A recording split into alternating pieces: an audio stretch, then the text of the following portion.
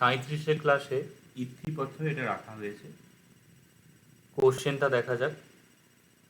আচ্ছা, ইত্থি প্রত্যয় মানে ইত্থি হচ্ছে স্ত্রী আর প্রত্যয় হচ্ছে প্রত্যয়। স্ত্রী প্রত্যয় মানে ওই বালক থেকে বালিকা যে পরিবর্তন হচ্ছে, পুংলিঙ্গ শব্দ থেকে স্ত্রীলিঙ্গ শব্দ, এইটাই হচ্ছে স্ত্রী প্রত্যয় বলা হয়। এখানে আর বেশি কিছু নেই। এখানে যে কথাগুলো আছে, explain the formation of feminine bases or ইত্থি প্রত্যয় ইন পালি, এটা খুব ভালো প্রশ্ন, কিন্তু বিগত বেশ কয়েক বছর আসেনি। প্রিভিয়াস ইয়ার কোশ্চেনগুলো অবশ্যই দেখে নেবে পড়তে বসার আগে।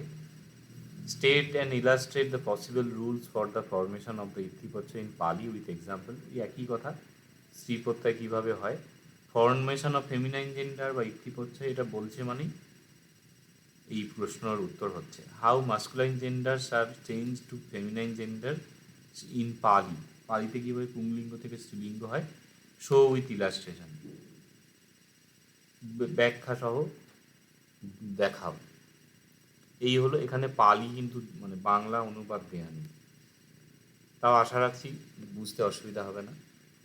আচ্ছা, এই যে গ্রামারের যে নিয়মকানুন সেটা কিন্তু মানে এই যে আগের সূত্র বোঝার কৌশল বলা হলো সেটা কিন্তু এইখানে অ্যাপ্লাই হবে, এই যে সূত্রতে, এই বাক্যতে না, কেবলমাত্র সূত্রে। আচ্ছা, তো পুল্লিঙ্গ সদ্দেহী পুংলিঙ্গ শব্দগুলির সাথে ইয়েসং প্রত্যয়ানাম, যে প্রত্যয়গুলি যোগের দ্বারা ইত্থিবাচক সদ্যা স্ত্রীবাচক শব্দগুলি উৎপন্ন হয়, তে ইত্থি প্রত্যয়, সেইগুলো হচ্ছে স্ত্রী প্রত্যয়। তে প্রত্যয়া, সেই প্রত্যয়গুলি কচ্চায়নেন বর্ণিতা, কচ্চায়নের দ্বারা বর্ণিত হয়েছে। কচ্চায়ন মানে যে বৈয়াকরণ, যার সূত্রগুলো পড়া হচ্ছে। যেমন সংঘরক্ষিতের বুদ্ধদয় থেকে আমরা ছন্দের এই যে এগুলো পড়েছিলাম, মৌম গো গো বিদ্যুম্মালা, চিত্রপদায় দ্বিভাগা, বা সংঘরক্ষিতেরই রচিত সুবোধালঙ্কার থেকে আমরা ওই অলঙ্কারের ডেফিনেশনগুলো পড়েছিলাম, ওই ইতি ধম্ম পমা নাম তুল্য ধম্ম নিদর্শনা, স্বরূপ শব্দবাচত্তা সা সমানুপমা যথা বালা বুয়্যন মালায়ং সাধকানন সুবিধি। এইগুলো হচ্ছে ওই সংরক্ষিতের থেকে নেওয়া হয়েছে, সুবোধালঙ্কার থেকে। এইগুলো হচ্ছে কচ্চায়ন রচিত, কচ্চায়ন ব্যাকরণ, ওনার ব্যাকরণের নামটা ওনার নামে। এই থেকে বালা বুয়্যন মালায়ং মুখস্থ করেছিলে তো নাকি? এবার এই যে ইত্থীয় মতো আপচ্ছয়, এইটি কচ্চায়নের সূত্র। এবার এটাকে ভাঙতে হবে। ভাঙলে হচ্ছে ইত্থিয়ং, এগুলো নোট করে রাখতে পারো আলাদা করে। ইত্থিয়ং হচ্ছে এটা সপ্তমী বিভক্তি, মানে স্ত্রী অর্থে, মানে স্ত্রীলিঙ্গ অর্থে। এবার সন্ধি ভাঙলে এটা হচ্ছে অত, পরের শব্দ। অত মানে তো বললাম যে এর পরে, যে এর পরে মানে অকারান্ত শব্দের পরে, এটা বোঝাচ্ছে। আপচ্ছয়, প্রত্যয়। তাহলে ইত্থিয়ং স্ত্রীলিঙ্গ অর্থে অত অকারান্ত শব্দের পরে প্রত্যয় হতি হয়। এটাই দেখো এক্স্যাক্ট এখানে অর্থটা পালিতে বলা আছে, সূত্রটার অর্থ ইত্থিলিঙ্গত্বে অকারান্ত শব্দত আপচ্ছয় হতি হলো। যথা চারটে উদাহরণ দিচ্ছে। ক্ষেমযুক্ত ক্ষেম হচ্ছে অকারান্ত শব্দ, হচ্ছে প্রত্যয়, ক্ষেমা। বিশাখ বিশাখা, সব্য সব্বা, দিন্য দিন্না, এরকম একটা উদাহরণ দিলেও যথেষ্ট, স্টিল 3-4টে দিলে দেখতে ভালো লাগে। এইবারে এই অনুবৃত্তির অ্যাপ্লিকেশন হবে। বলছে নদাদিত বা নদাদিত মানে হচ্ছে নদ আদি মানে ইত্যাদি, মানে নদ ইত্যাদি মানে আদিত। এই যেমন এখানে অত বলেছে অকারান্ত শব্দের পরে, এখানে বলছে নদ ইত্যাদি শব্দের পরে। এখানে আর একটা বিষয় মিসিং হলো, আরও ক্রিটিক্যাল কিছু জিনিস ওখানে বলার ছিল। যেমন এইটা হচ্ছে একটা মেন লজিক বলা হলো, সেই লজিকটাকে এবার কাউন্টার আর্গু করা হচ্ছে। বলছে অকারান্ত শব্দের পরে প্রত্যয় হয়, ঠিক আছে, কিন্তু তার এক্সেপশন বলছে নদ ইত্যাদি যে শব্দগুলো আছে সেগুলোও অকারান্ত, কিন্তু সেগুলোর পরে প্রত্যয় হয় না, সেগুলোর পরে প্রত্যয় হয়। তাহলে এই অত যেটা আছে, অত কথাটার এক্সেপশন হচ্ছে নদাদিত, মানে অকারান্ত শব্দের পরে হয়, কিন্তু বলছে না সবেতে হয় না, এইগুলোতে অন্য হয়। এই যে একখানা উল্টো কথা বলা হচ্ছে, মানে এটা এরিয়াটা অকারান্ত শব্দ, মানে এটা টোটাল সব শব্দ হচ্ছিল, বলছে না এইখানে হয় না, পার্সেন্টেজ এখানে কেটে দেওয়া হলো, যে নদ ইত্যাদি কিছু শব্দ আছে সেগুলোর ক্ষেত্রে এখানে আ হয়, এখানে বলছে না এটা ই হয়। এই যে নেগেশন হচ্ছে, বা এটাকে বলা যায়, এটাকে নিয়ম বলে অ্যাকচুয়ালি। নিয়ম মিনস সংকুচিত করা। এত বড় এরিয়ায় অ্যাপ্লাই হতো এই রুলটা, সেটাকে সংক্ষিপ্ত করে দিল। তো এইগুলোকে অপবাদ বলে। অপবাদ একটা গ্রামাটিক্যাল টার্ম, মানে খুব সুন্দর, উৎসর্গ অপবাদ বলা হয়, পতঞ্জলির মহাভাষ্যে বলে। এই চ্যাপ্টারটা খালি লিখতে শুরু করি, মানে দিগ্বিজয়ী লেখা হবে, এরকম লেখা মানে পালিতে সচরাচর নেই যাকে বলে। তো ফার্স্ট একটি কথা বলা হলো, এটাকে উৎসর্গ বলা হয়, যে একটা মেন কথা বলা হলো, এবার তার অপবাদ, সেটার কমেন্ট করে করে মানে সেটাকে সমালোচনা করা হচ্ছে, বা সেটাকে আর্গু করা হচ্ছে। এই আ প্রত্যয় হয় এই এত বড় এরিয়া, এখানে হচ্ছে না এইখানে ই প্রত্যয় হয়। তো এই লজিক্যালি কিন্তু গ্রামারের এটা সাজানো থাকে। এটাকে যদি কেউ বুঝতে পারে, খুব সুন্দর লাগবে এবং দারুণ মনে থাকবে লজিক্যালি। আর যদি র্যান্ডামলি মুখস্থ করে তাহলে গড়বড়, মানে এই সূত্রের যে সিরিয়াল আছে না, এই সিরিয়ালটা ঘাঁটা যাবে না, তাহলে এই পুরো ফরম্যাটটা নষ্ট হয়ে যাবে। পুরোই ইত্তীয় মতো অপচয়, তারপরে নদাদিত, বা এই তারপরে নবনিক নন্তুহি এইগুলো সব পরপর বসাতে হবে, ঘাঁটাই যাবে না এটাকে। তাই নদ ইত্যাদি শব্দের পরে এখানে তো আছে, এটা পঞ্চমী, বা ই বিকল্পে ই প্রত্যয় হয়। এখানে ইত্থিয়ং কথাটা অ্যাড হচ্ছে। স্ত্রীলিঙ্গ অর্থে নদ প্রভৃতি শব্দের পরে ই প্রত্যয় হয়। এবার পালিতে ব্যাখ্যা। নদ, তরুণ, মৃগ, কুমার, ইচ্ছাদিত ইত্যাদি শব্দের পরে ইত্থিলিঙ্গর্থে, স্ত্রীলিঙ্গ অর্থে ই প্রত্যয় হতো, ই প্রত্যয় হয়। নদ ই নদী, ব্রাহ্মণ ই ব্রাহ্মণী, নগর ই নগরী, দেব ই দেবী। এখানে তরুণ, তরুণী, মৃগ, মৃগী, কুমার, কুমারী এইসব হচ্ছে, নগর, নগরী ইত্যাদি। 3 নম্বর সূত্র হচ্ছে, এটা কিন্তু সূত্র আছে, সূত্রটা একদম নির্ভুলভাবে লিখতে হবে, পারলে আলাদা কালিতে লিখতে পারো। নবনিক নেয় নন্তুহি। এই নবনিক নেয় নন্তুহি, এটা পঞ্চমী বিভক্তি আছে। এইখানে হচ্ছে রাম কলকাতা যায়, শ্যামও যায়, যদুও, এই ওই রকমভাবে সূত্রটাকে বানিয়েছে। কিছুই নেই, একটা শব্দ। নব একটা প্রত্যয়, নিক একটা প্রত্যয়, নেইও একটা প্রত্যয়, ন একটা প্রত্যয়, অন্তু একটা প্রত্যয়, 5টা প্রত্যয় বলছে। আর হি বহু বচনে আছে, বলছে এই প্রত্যয়গুলির পরে, এটা পঞ্চমীর বহু বচন। নরেহি, সাধুহি, মুনিহি, নন্তুহি, এইরকম হচ্ছে এই প্রত্যয়গুলোর পরে। ওখানে যেমন অত বলেছিল, ফার্স্ট সূত্রের ঐক্যমতো আপত্যয় অকারান্ত শব্দের পরে হয়, এটাকে নেগেশন করে বলছে নদাদিত, নদ প্রভৃতি শব্দের পরে ই প্রত্যয় হয়। আবার এটাকে এক্সটেনশন করছে, বলছে শুধু নদ ইত্যাদি শব্দ নয়, এই নবনিকনেয় ন অন্ত, এই প্রত্যয়ান্ত শব্দের পরেও, মানে এই প্রত্যয় দিয়ে যে শব্দটা তৈরি হচ্ছে তারপরেও ই প্রত্যয় হয়। তাহলে অত থেকে এইটা সংকুচিত হলো এরিয়াটা।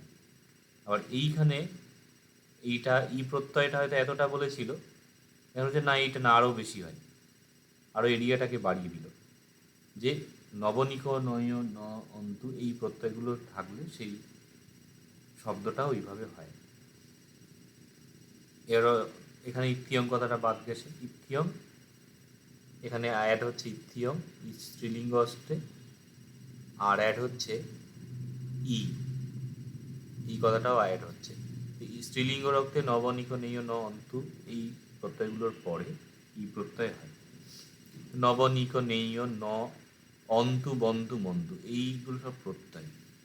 ইচ্ছাদি প্রত্যয়ান্ত ইত্যাদি প্রত্যয়ান্ত হি শব্দে, প্রত্যয়ান্ত শব্দের পরে, মানে যার অন্তেই প্রত্যয় আসে, তারপরে ইত্তিলিঙ্গ অর্থে, স্ত্রীলিঙ্গ অর্থে ই প্রত্যয় হতো, ই প্রত্যয় হয়।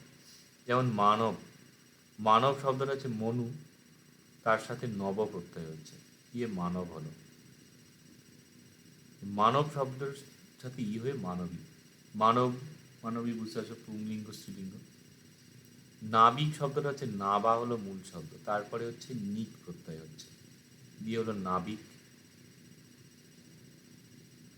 স্ত্রীলিঙ্গ হচ্ছে নাবিকী।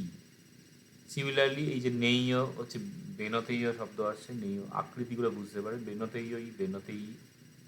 ন হচ্ছে বাষেট্ঠ, ন প্রত্যয় দিয়ে তৈরি হচ্ছে, হচ্ছে বাষট্টি, বাষেট্ঠ থেকে বাষট্টি। অন্তু প্রত্যয় হচ্ছে গুণবন্তু ই গুণবন্তী, মন্তু প্রত্যয় হচ্ছে শ্রীমন্তু ই শ্রীমন্তী, গুণবতী শ্রীমতী, এইরকম অর্থ হচ্ছে। এখানে এবার সূত্র নেই, এমনি একটা পয়েন্ট বলা হয়েছে। গো শব্দস্য গাবাদেশ হতি ই প্রত্যয়ে পড়ে। গো শব্দের গাব আদেশ হয় ই প্রত্যয় পরে থাকলে। গো যুক্ত ই গাবি, গো চেঞ্জ হয়ে হলো গাব, গাব যুক্ত ই হয়ে গেল গাবি। পুথু শব্দস্য পুথব পঠব আদেশাহন্তি ই প্রত্যয়ে পড়ে। পুথু শব্দের স্থলে পুথব বা পথব আদেশ হয় ই প্রত্যয় যদি পরে থাকে, তাহলে পুথু থেকে হলো পুথব বা পঠব, তার সাথে ই হলে পুথবি বা পথবি, পঠবি, এরকম হচ্ছে। এইবারে এই ভয়ানক সূত্রটা আছে, মাতুলাধীন মানত্বনিকারে। এইটাকে ভাঙতে হবে, সন্ধি ভাঙতে হবে। মানে সূত্র বোঝার কৌশলের একদম লাস্ট পয়েন্টটা বলা ছিল, প্রথমে সন্ধি ভাঙতে হবে। এটা হচ্ছে মাতুলা আদিনং,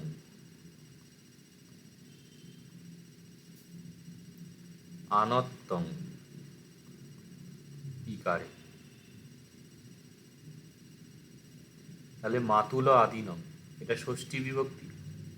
ষষ্ঠী বিভক্তি আমরা কি জানি, যে এটার অন্তে এইটা বোঝায়। তাহলে মাতুল আদিনম, মাতুল আদি মানে মাতুল ইত্যাদি শব্দ, মাতুল, ইন্দ্র, বরুণ, রুদ্র, এরকম শব্দ। তো ইত্যাদি নং, এইগুলির, এইগুলির অন্তে ষষ্ঠী বিভক্তির বিশেষ অর্থ হচ্ছে মাতুল ইত্যাদি শব্দের অন্তে আনত্তম, আনত্ত হয়। আনত্ত মানে হচ্ছে আন দিয়ে ত বলেছে, যেমন দীর্ঘত্ব হর্ষত্ব এরকম বলে, তেমন বলছে আনত্ত হয়, মানে শেষটা একটা আনও বসে। কখন হয়, ইকারে, ইকার পরে থাকলে। এই ইকার, এটা সপ্তমী আছে, সপ্তমী থাকার জন্য ইকার পরে থাকলে এটা বোঝাচ্ছে। তো অর্থ বলছে মাতুল ইন্দ্র বরুণ ইত্যাদি ইত্যাদি অন্তঃস্বরস্য, অন্তঃস্বরের আনত্তং হতি, আনো হয় ইকারে পরে, ইকার পরে থাকলে। যথা যেমন মাতুল যুক্ত ই, মাতুলের শেষে বলছে আনো হয়ে যায়, তাহলে মাতুলান, তারপরই মাতুলানি। ইন্দ্র আনো করে দিলে ইন্দান, ইন্দানি, এই। এরপরে সূত্র বলছে পতি ভিক্ষু রাজিকার অন্তে হিচ, আর পতিশ্রিনী, দুটো সূত্র আছে। এখানে বলছে পতি ভিক্ষু রাজ, রাজা, আর ইকারান্ত।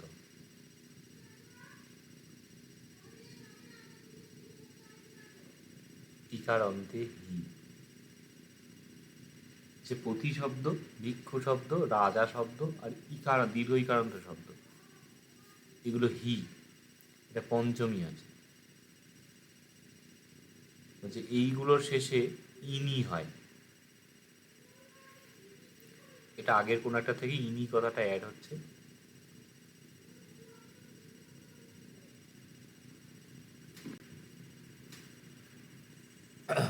বলছে পতি ভিক্ষু রাজা ইকারন্তেহি সদ্দেহি ইনি হতি।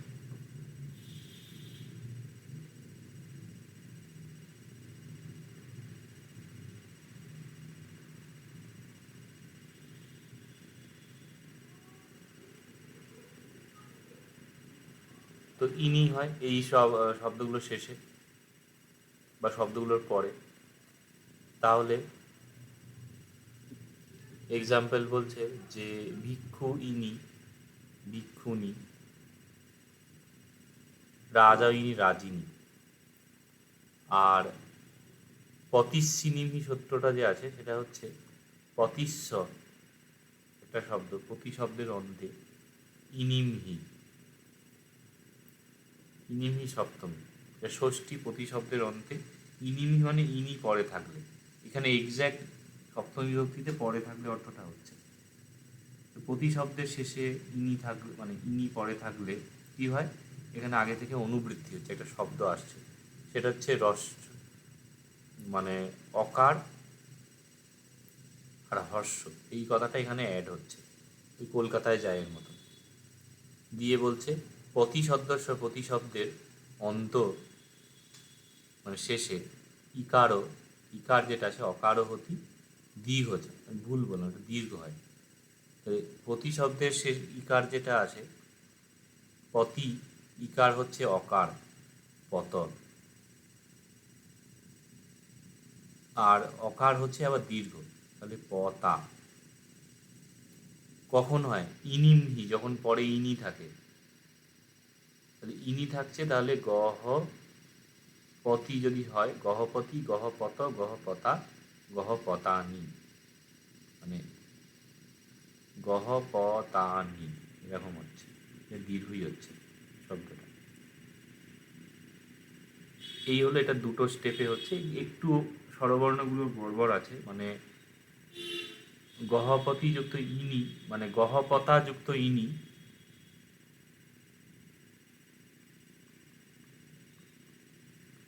ইটা কাটছে গহপতা নি, কিন্তু রাজা যুক্ত ইনি যখন হচ্ছে,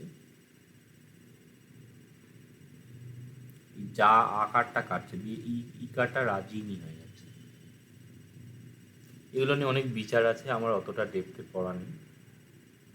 আর এই হলো লাস্টে বলছে যুব সদস্য অন্তে তি প্রত্যয় হতি, যুব শব্দের পরে তি প্রত্যয় হয় স্ত্রীলিঙ্গ অর্থে, তাহলে যুবযুক্ত তি যুবতী, এই